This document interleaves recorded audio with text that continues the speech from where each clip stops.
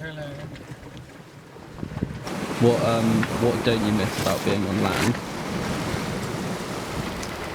Oh, it's nice.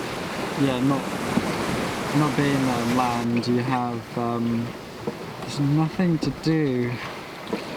You don't have any obligations to meet up with people, or there's no birthdays. Very little events you have to worry about, which is really nice, I think. You fucking unsocial bastard. I don't know. What other things are there? Like, I could think of fucking loads of things. Yeah, loads of things. I think the main thing is like the constant distraction of having like shit going on your phone. Like literally, there's no real function of a mobile phone out here. Like not having like, obviously you don't have 4G, you don't have any signal. They're good for listening to like music and podcasts, I guess, but there's just none of that sort of urge you have to look at your phone all the time, and that's so nice to not have that. I miss people, like I miss my family a bit. I want to know what's going on, but then I also feel like really like it's really nice being out of everything and not feeling obliged to. Do you miss Instagram? No. Do you miss Netflix? No. What don't you miss? What don't I miss? I don't miss. Yeah, I don't really miss social media. I don't really miss like. I don't miss COVID. Don't miss COVID. Don't miss wearing masks. Don't miss. Yeah, just being a part of the grid. Being a part of it all. Yeah, it's nice being out here and just like, yeah, I don't know, I think it makes you a bit weird, but it's like, it's hard to describe. And obviously like fucking hell.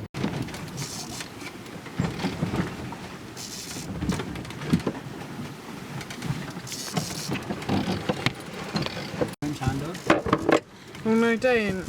What? I feel like you should just smack it on. Oh no! What is it?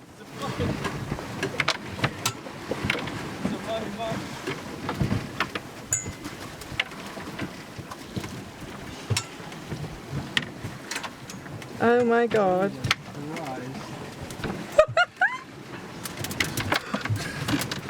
yeah, so today we caught probably the biggest fish I've got it on video. we've ever caught. It was too much for us to eat, so we got the hook out,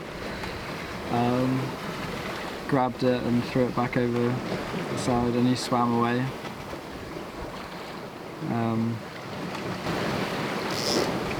So yeah, he's happy, I think.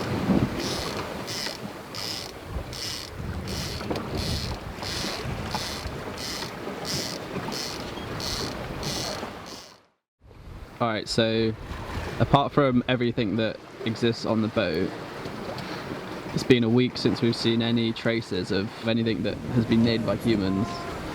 No signs of civilization at all. Any thoughts on that?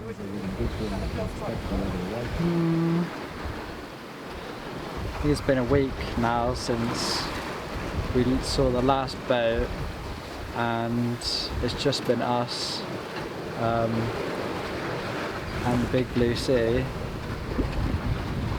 And yeah, it is strange.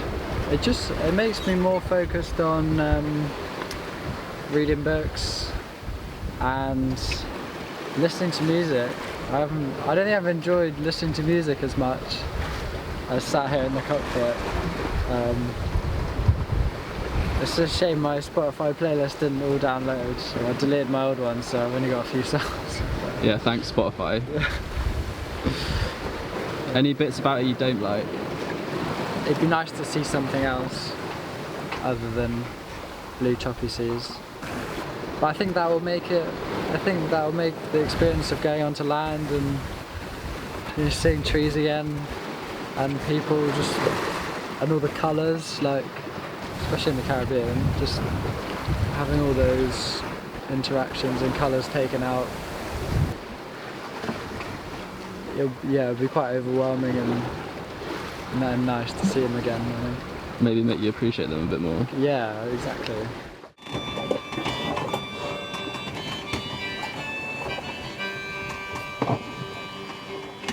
How would you explain what spending like weeks at sea feels like to someone who has no idea?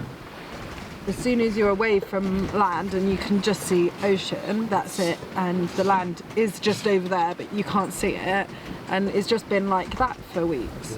So I don't really know if I've taken in like the vastness of it in some ways, because I'm just like, yeah, like I think it's going to take a while to sink in. If we could like look at us from above, see how small we are and see where we've been, or like where we are, I'd probably be like overwhelmed. It's very peaceful, got a lot of clarity in my head. Yeah, that's probably the overall thing, is like feeling very clear-headed, and like because there's no distraction. I'm very bad for just being like, oh, there's this moment, I'll pick up my phone and like watch something or be stimulated by something, whereas here you don't, you just like sit and look out, see, and you're like, I'm really content now with like being by myself. I thought I'd feel disconnected from everyone, but like I feel really connected to the people that, like all the people that don't really matter, I'm like, it's like we've got rid of them all and they're all gone. But then there's like people that really matter, and I feel like even though I haven't spoken to them for a few weeks, I can feel really close. So I don't really feel like lonely or missing them, because I can just like be like, yeah, you're here. I don't know. Moon's nice. I love the moon. The moon is our friend, and at night time on watch.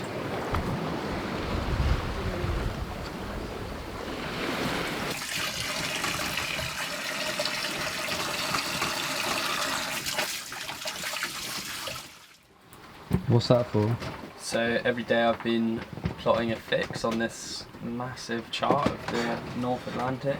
It's quite cool because you can see our route as we've come down from the Canaries, and every day at about 12 I've plotted a fix, and you can see some days we've been like almost 150 miles, other days like yesterday weren't so good, we only went 115. But it's been pretty consistent because of the trade winds and the current. Yeah, you can see as we came out of the Canaries we had the Canary current, which was sort of pushed us down into the trades, and then kept on going south, and then picked up the North Equatorial current here, which probably gave us a bit of a boost towards the Caribbean, and now we're here. We're only like 40 miles away from a yellow flashing buoy. I don't know what they're for. It's one of those special purpose buoys. We've been about 1,700 miles, maybe 1,800 miles. We've got about 800 miles left to go, so closing in on this little island here, which is going to be our landfall, Barbados.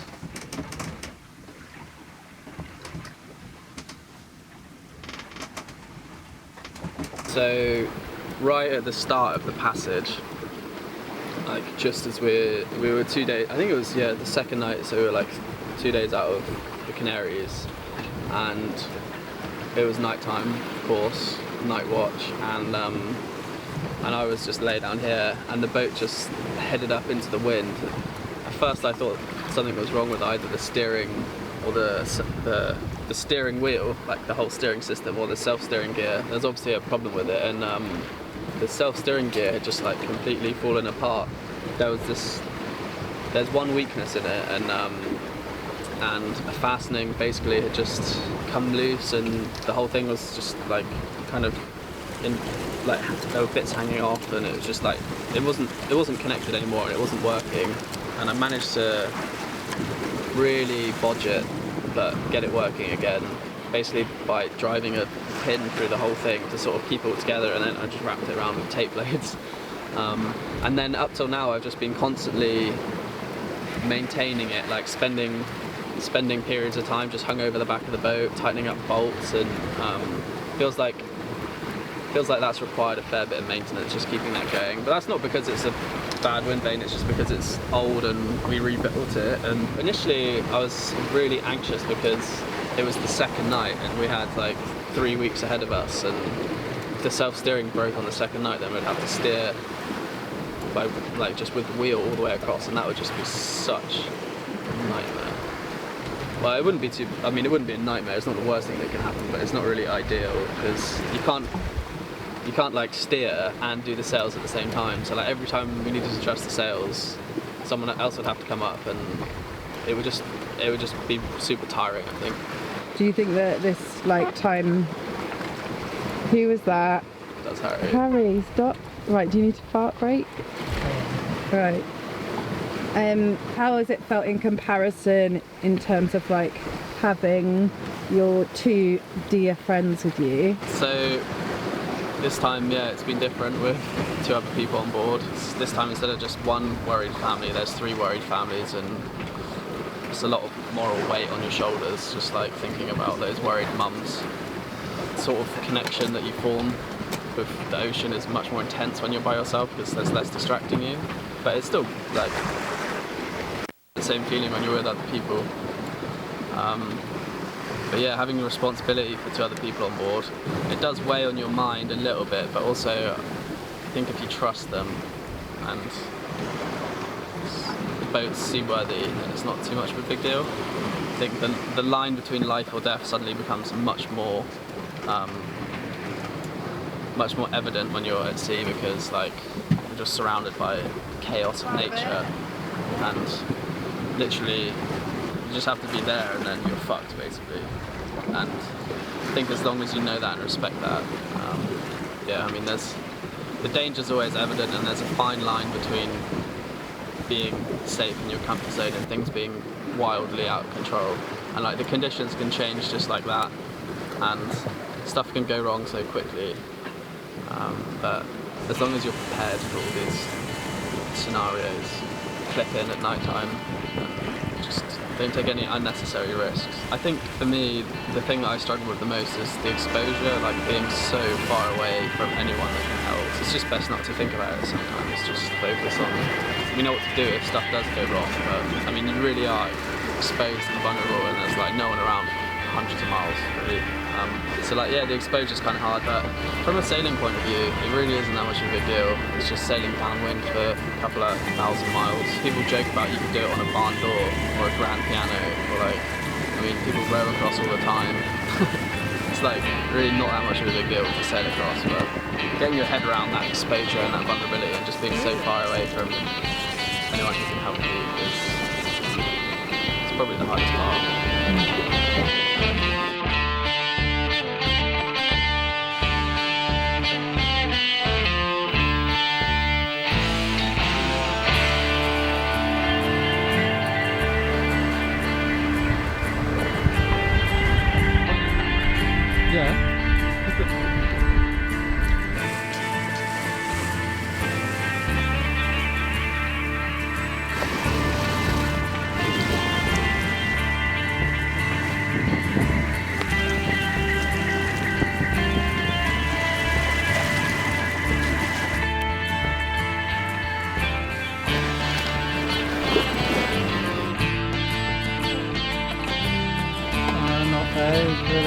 Really? Oh yeah, I can see it as well. What'd you shout? What'd you shout?